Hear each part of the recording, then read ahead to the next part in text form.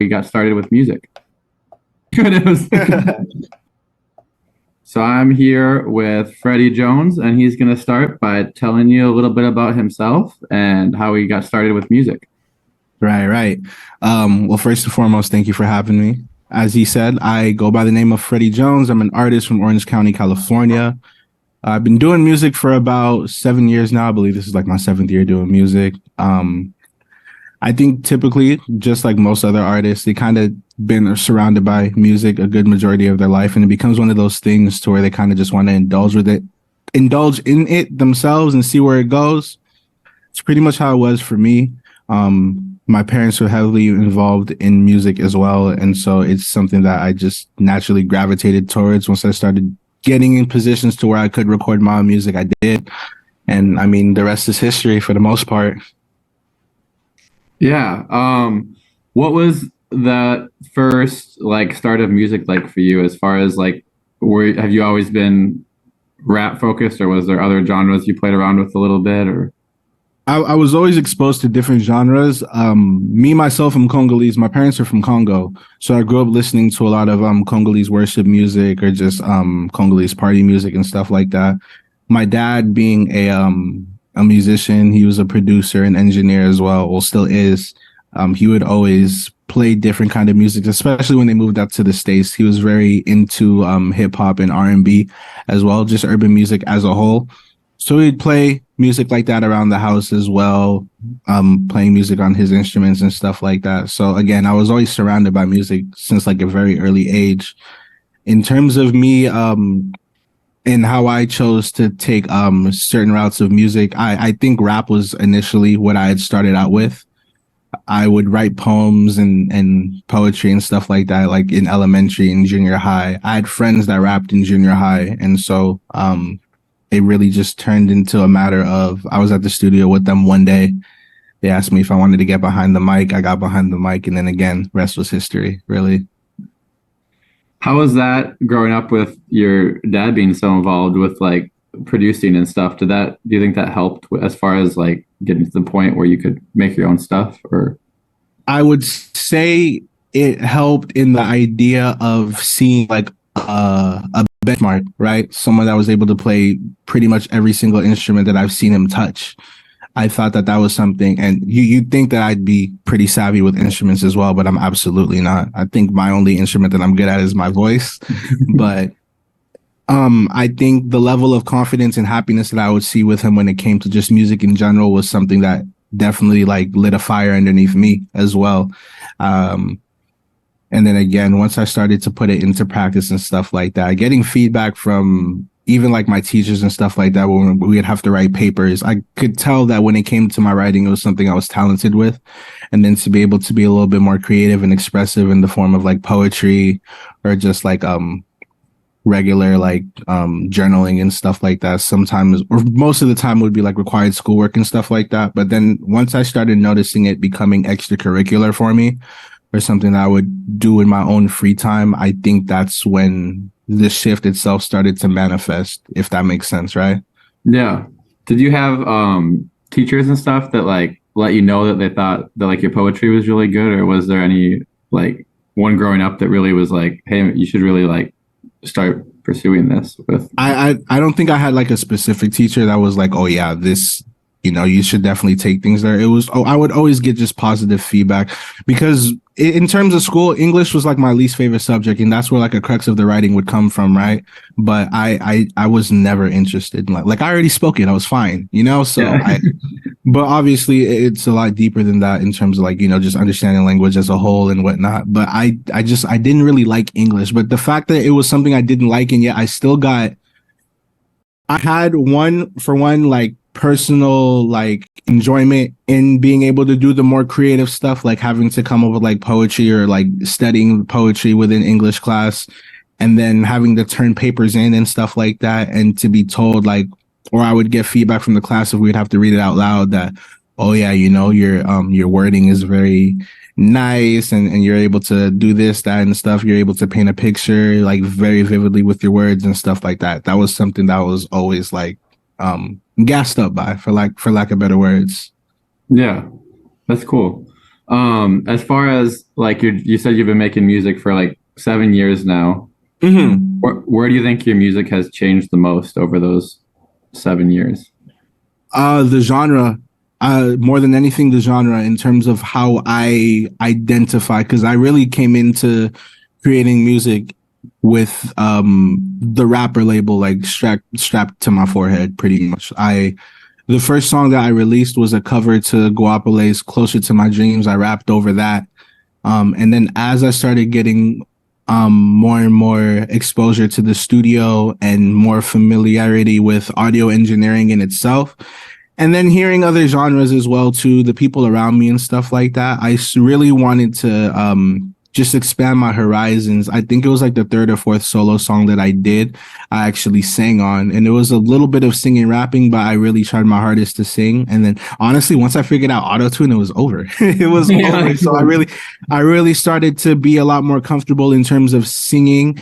Singing was something that I've tried before. Like I sang in choir, like school choir, like in elementary, but it was never something that I thought like, oh yeah, this is something I should do, because I didn't think that my skill was like up to par in terms of someone that should chase that professionally. But then again, once I figured out autotune, and the thing with autotune as well too is like if you're able, the key with it is being able to catch a note. If you can catch a note, then you should be able to do something decent. But once I figured out how to catch notes, then it was a matter of like holding them, and then from there it's like, okay, what else can I do? And then I started noticing myself use it less and less and less, to the point to where I feel fairly comfortable with my singing voice. Clearly there's a lot more work that I need to do, but I started gravitating a lot more towards the idea of singing, to where now I love to genre hop. I like being able to do dance hall. I like being able to do Afro beats. I like being able to do like pop or like synthwave-esque kind of music. And I've really deviated away from rap in itself, at least in terms of like just using my raw vocals and rapping. I definitely focus on the lyricism and stuff like that, and making sure that like the lyrics are potent, but I like singing a lot more now. Yeah, that's pretty cool. I think it's really tough to do both. Like you said, I feel like a lot of people come in and they come in for like one or the other, and Hmm. it's really easy when you feel like something is your strength to not spend time doing the other thing because everyone wants to do what they are good at. Naturally, that's like what everyone enjoys doing. So to put Absolutely. time in and get better at something it's tough. It's not easy to do. Hmm. Yeah, I'd like to say I can definitely attest to that. Something that I've really been trying to focus on a lot more lately is honing in on my strengths and then just polishing those, because it could get me to a point to where it's undeniable. But I also think it's very important as artists to experiment, especially when you're up and coming, because not as many eyes are on you as you'd like to believe. So you have that freedom to do something. And if it's bad, no one's really going to notice except for you. And then you just figure out that that's something that's not for you. I don't think that if I had experimented singing on like my third song that I'd be where I'm at today, to where now like I love being able to do like little indie ballads and pop songs, get on like beats that are more synthwave-esque, or to do Afrobeat and dancehall, or just Afrofusion as a whole, especially with my roots, me being African in myself, to be able to go into those genres and really understand understand the genre in itself and still be able to perform up to par, because a lot of it does involve singing. There is a little bit of rapping, but a lot of it is singing and stuff like that. So to be able to do that, I feel like there's like some subconscious enjoyment that I get from being able to do those kind of things as well too. And plus, it's overall it's just fun, right? It's just fun Yeah. to be able to try other things and see just how far you can take things. I think it really does test your skill as an artist, and it really just appeals to that side of you that is an artist. Yeah. Would you, so this is just like a question, I guess. When you talk about the African music and the Congolese music, is that the same or is that separate, or what differentiates the two, I guess? I think how can I word that? Because a lot of it's kind of like how even with rap as a genre is just hip hop as a whole, right? But even within rap, you have regional music like rap in Detroit sounds a little different from rap in California. Rap in California sounds a little bit different from rap in Atlanta or from New York, right? So it's definitely a regional thing when it comes to African music. Nigerian music sounds a little bit different from Congolese. Congolese music sounds a little bit different from South African. But there's kind of like an overall standard that is there. It differentiates itself from region to region, just like most other genres, I'd like to say too. Nice. That's interesting. Yeah, I was just curious because there's so many different types of music now that it's hard to keep up with all, and it's always interesting to learn about new types of music. And Yeah, I mean, even with rapping itself now too, right? It's kind of interesting to see what's coming out right now come off as rap. So yeah, everything's rap. No, or not necessarily everything's rap now, but rap has woven its way into other genres, I guess I should say, more so. Like you see it in places that you didn't 10 or even 5 years ago. Like you see rap and country or rap and all over the place. It's kind of cool. it's like by definition, you'd think that you would call rap pop by now, right? Because it's really the most popular genre, at least in terms of the US, I guess, right? Yeah, it's everywhere. Mm-hmm. So what how I found you was your latest package you put out, the pink package. Right. Talk a little bit about what went into that. Because I was just randomly scrolling one day and came upon that and then followed you, and then you put out that you were looking to do some interviews, and I was like, well, this is perfect. This is No, see, I can't even express like how divine the timing was, right? Because I was really like, man, like I'd love to be able to talk to people, and so you contacted me was wonderful, and it's interesting that that's how you found me, honestly, and I'll go into that. It's really because I told myself this year my main focus is going to be consistency. These two songs are songs that I made them in 2020. It couldn't have been in 2021 because I'd first moved into my place when I made those songs, because those are like the first couple of songs I made with my setup here. So I made those like back in like 2020, maybe early 2021, like January, February 21, if anything. But there really wasn't any concept behind it other than the idea of I want to be consistent, and two, try not to keep songs in the vault for too long. And those songs are some of the oldest ones in the vault, so I really just wanted to release them. They both had pretty similar themes in terms of just money, right? There was Get More Money and then Blue Hunted's Pink 50s. I love $50 bills. They're pink, so that's why I decided to call it the pink package, and I think as the months go on, because I do have like scheduled releases and whatnot, but I'm thinking in between those releases, I will deliver those packages to where it's like more than one song. I like that. That's cool.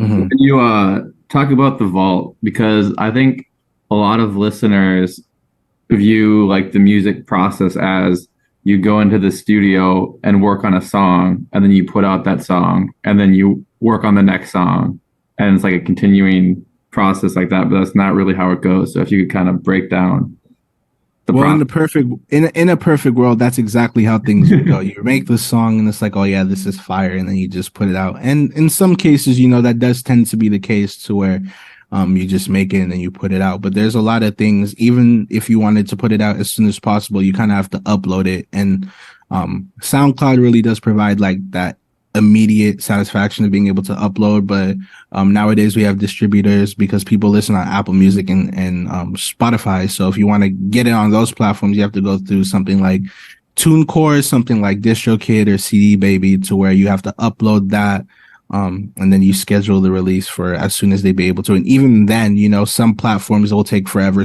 Apple Music usually does in like a day. Spotify takes about 4 to 5 days and stuff like that. But you'd want the song to be heard, and so when it comes to wanting the song to be heard, that's kind of where the marketing aspect comes in. So you want to plan out some kind of content you want to make around the song, or you'd want to build anticipation so when the song drops, people will listen. If it's just some last minute thing, like if you drop it in the middle of a Tuesday and people will see it, they'll be like, oh, maybe I'll get to it later. But if you post Tuesday, Wednesday, Thursday that you're going to drop a song on Friday, when they see the post on Friday, or they'll probably even anticipate the post on Friday, sometimes it's as simple as that, just wanting to build anticipation. And then obviously there's other marketing tactics that some people will take. Maybe they'll reach out to certain outlets. They'll do press runs is what they call them, right? So things like that usually get in the way of wanting to release music, and therefore it could end up, because as an artist you want to be able to constantly create and stuff like that. So by the time you'd want to drop a song on a specific day, maybe you could have 4 or 5 songs that you'd want to drop, and you have to choose from one, and then the other ones end up getting forgotten about. Yeah. What has been your favorite strategy that you feel like works the best for your music? If I'm It's quite interesting because I've tried a lot, and I think my favorite strategy is something that I haven't even tried yet. So it's kind of hard to say. But so far up to like now, in terms of what I've done, I think the best route that I take is giving myself about 3 to 4 weeks to release, making content, like finding a day or two to create content around the release in bulk, reaching out to outlets and stuff like that. That way I can get the most exposure for the song as possible, giving people like the heads up, like, hey, this is some fire that's coming your way. You're probably gonna want to put like a jacket on or keep a glass of water nearby or something, get yourself ready for it because it's gonna be good. And then when I do that, I tend to get a lot more engagement compared to just doing, like, for example, with the pink package, that was kind of like a an out of the blue thing that I did. I think I gave people like a day or two's notice, and I haven't really gotten the ideal sense of engagement. I mean, I guess it depends on who you ask, but to me, like, it was whatever, right? Whereas I believe back in June, I dropped a pop song called Eternal Lust, and I did like a whole month and a half worth of campaign. I reached out to outlets. I even did Facebook and Instagram marketing. And to this day, it's my most organically growing song across like all fields. So I think when you plan, it's definitely better because you're in a lot more control of the outcome than you'd like to let yourself believe. And even if things don't work out, you can still walk away saying, well, I did literally everything I could. I think it just feels better being able to do that. You put the time in and feel like, okay, like even if I don't get the rewards back I put in, I can at least look at it like, yeah, I did what I could, and I put my time in. And you learn something. You learn that that's not for you, or that doesn't work for you, and then you can try the next strategy. Yeah. So what has it been like? You kind of mentioned that newer like progression putting out music, but you've been making music for 7 years now, and in the last 7 years, music's changed drastically from, like you said, SoundCloud, which is completely different. Even though it's streaming, it's completely different from how it is now. 7 years, that was kind of still like when people were first starting using that. So what has that transition been like as an artist that's gone through that? I think if there's one thing that I realize is that obviously what's popular at the time won't necessarily be popular later on. We've seen the rise of the SoundCloud rap era, and then we've seen drill rap be very popular. Street rap is very popular right now. And then we'll have our little sparks in between to where like the TikTok songs will make their ways through up and down the charts and stuff like that.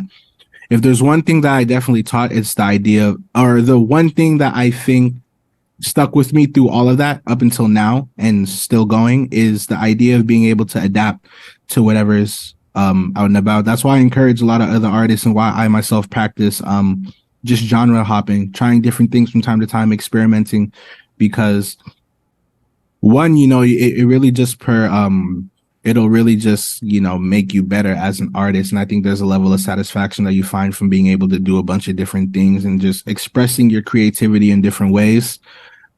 Just a quick little example, something that I'm not really good at when it comes to rap is like doing ad libs and stuff like that. But the things that I learned in like Afro beats and like Afro fusion and stuff, those long, I guess you could say like those long points of like singing, like the background singing and stuff like that. That's a great alternative that I like to use in terms of my ad libs and stuff like that for rapping. So sometimes you'll find something in one genre that you could take over to the other and stuff like that. But in terms of the landscape and stuff like that, as it's changed, I found myself being able to change as well with the times. And obviously you want to find what makes you you and still bring that into those things. And so with all that change, I was able to not just adapt to the change, but find what makes me and bring that to into every single genre that I would jump into.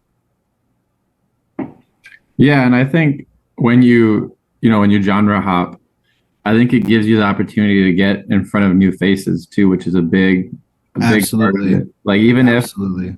the song doesn't achieve what you personally had as like a goal for it, or it doesn't get the engagement that you want from it, if you get, 10 to 50 new people that see your song that would have never seen your other music, that's in the long stream of things, if they continue to listen to you, that's like a big win, even though it might Hmm. get the same engagement. Yeah, no, absolutely. I definitely agree with that. Yeah, I watched do you know what Fresco Trey is? Fresco Trey. I do not know. You should check him out. He's pretty good. He's I don't know, he's almost like if Post Malone did rap, I feel I don't Hmm. really consider Post Malone's music rap, but he kind of that same kind of sound to him a little bit. I get But what you mean.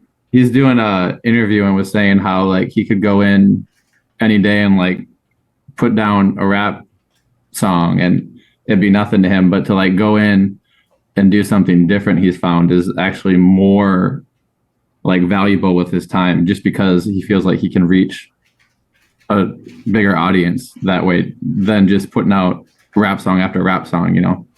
Right. And it can be one of those things too, to where I think you can agree when I say this, the scope of what it means to be an artist has a lot to do with your personality as well now. And so you could really have um people that are willing to tune into you and to what you do as a person. They just might not listen to whatever genre that you're putting out right now. So you could obviously be a rapper, but if you decide to collaborate on an R&B song with an R&B artist, and then one of their fans notices that, oh yeah, you were on this song, you did very well, and they look into who you are as a person, what you do on your day to day and stuff like that on social media, they're gonna be like, oh wow, this person actually is into a lot of the things I'm into, and that could kind of be where the investment lies as well too. Yeah.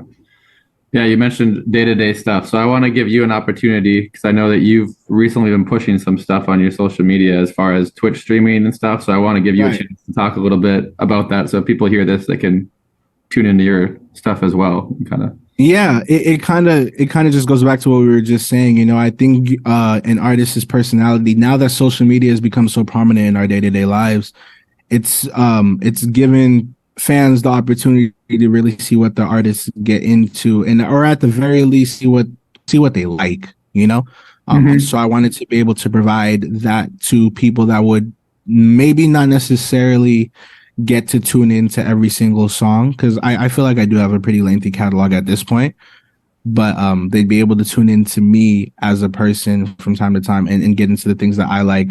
I like to consider myself a simple person. So I really only am. It's music, of course, and anime. I like anime a lot, like anime and manga, and so I want to be able to cultivate a fan base around people that obviously like me for me, and obviously like the content, but like the things that I like too, which at this point in time is really just music and anime. I'm kind of into like fashion a little bit too. I'm not too savvy with sports, at least now, but I'm into sports a little bit, but kind of just allow fans to get a little bit more of me than you would get from just listening to me, and so that's why I was like, okay, I'll probably just start Twitch streaming. It might be a little more interactive compared to just IG live from time to time, and then the Discord server is something that I set up to really be able to get one-on-ones with my fans as well. So when it comes to, I have different categories for different things that they might be into as people and stuff like that, but I have like voice chats in there too that I'll obviously check into from time to time. I have a section called like because I have it really structured around like a house kind of thing. So I have like the art studio, I have Freddy studio, the living room where we kind of just do general chat, the anime attic, the fashion closet, and then Freddy Studio, I have things like you can get like a lot more direct updates and stuff like that in terms of what I'm doing with my music or my day to day. I also have like a stage where we can come and talk one on one and stuff like that. I post affirmations daily there too, things that I like to see on it when I wake up to help me get through the day. and hopefully it could help them as well. So yeah, it's like I really just want to be able to give a little bit more of myself outside of the music. That's pretty much what it is. That's awesome. No, I think that's really cool. I think in the world of music now, there's so much music constantly coming out, and I think that's Mhm. the best way to grow your fan base is show like your most relatable self and put out your most you self so that people that are interested in have similar interests as you are going to gravitate towards your music, and it's going to set you apart from someone else who maybe they like their music but they don't know anything about them as a person. They don't know what their interests are outside of music.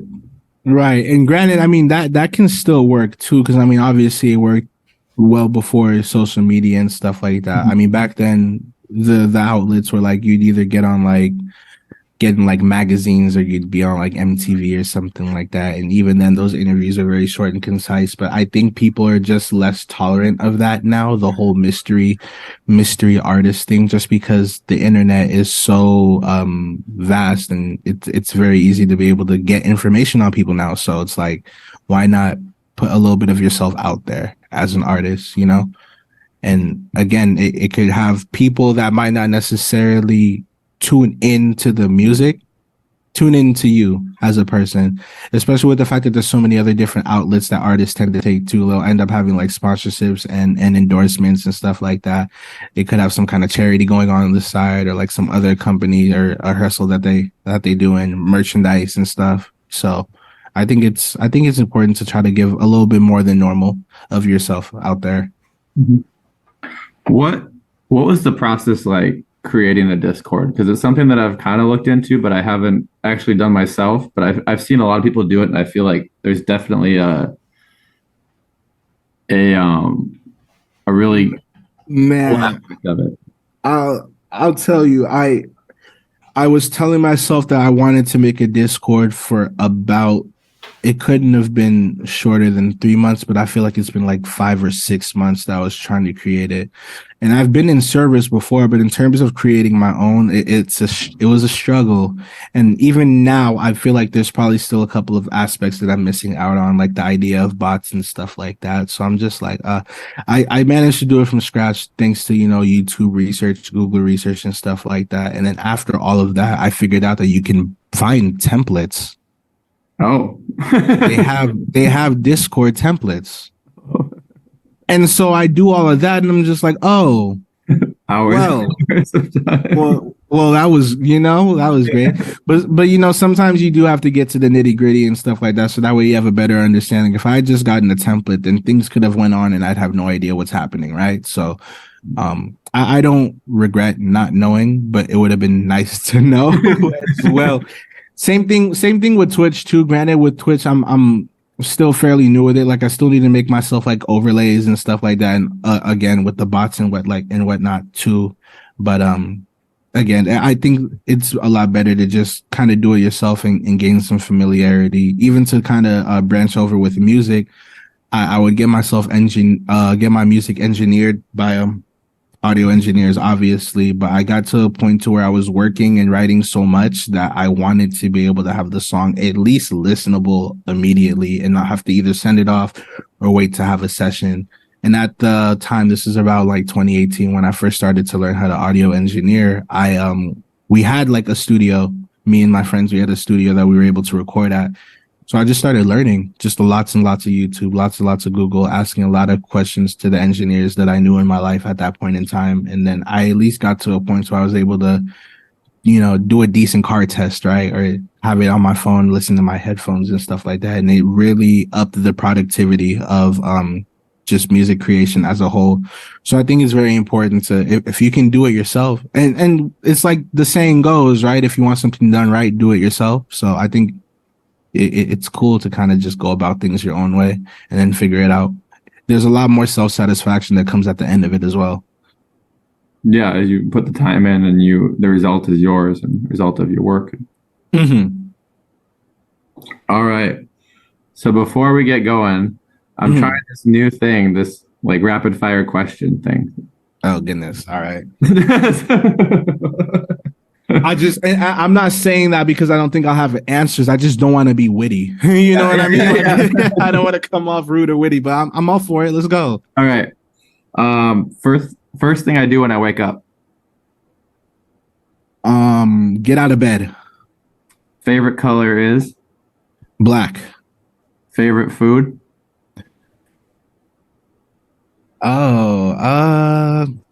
Moose Tracks ice cream.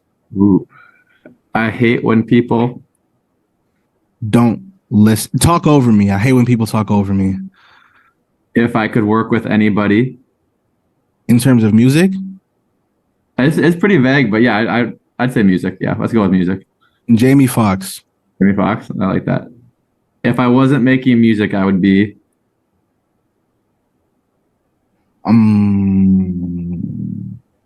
A day trader. day trader. Nice. I like it. Yeah, so just random things. I think it's putting that at the end is like a cool. I'm hoping to use it as like a cool content piece, and also like it gives someone like a really quick glimpse into like random things that you like that maybe they wouldn't find somewhere else. Yeah, I think it's cool. You know, a big thing that I really do like about being able to get onto interviews and get onto podcasts is like you guys have a very great tendency to ask questions that I wouldn't know the answer to unless I was being asked. You know, so I like that. I like that a lot. Yeah, you find out questions or answers that you wouldn't have thought of, and then pops in your head, and you're like, yeah, I guess that is what. Like, oh, you know what? That is true. That's true. Well, this has been awesome, man. I really appreciate you getting on here and doing this interview with me. I'm very thankful that you had me on. Thank you for having me. Before we leave, would you like to disclose any plans for 2023? We're gonna take things to a whole new level this year, and I know that's something that a lot of artists say every year, but I actually have the means to do so this time around. I think there was only one element when it came to my career that I was missing, and I managed to get that this year or at the end of last year. So it's really just full speed ahead at this point. We have a release coming out on the 22nd. I haven't announced that yet. I was going to announce that either tomorrow or Wednesday, but I mean, we're here, so that's fine. But we have a release coming out February 22nd. And then from there, things are just going to be at the highest possible level of quality and content and et cetera, possible, from that point on. So you definitely want to tune into this show. Yeah, no, that's actually perfect because I think this episode is going to drop like the Thursday before that. So it's gonna be perfect. It's gonna be perfect. Wonderful. Like, we planned it out without knowing it. There we go. That's wonderful. All right. And again, I really do thank you for having me on. I definitely love to be able to talk to you again soon. Yeah. No, we should set something like that up. We'll end the interview here. Right. So we'll cut it here. But so I did have a question for you.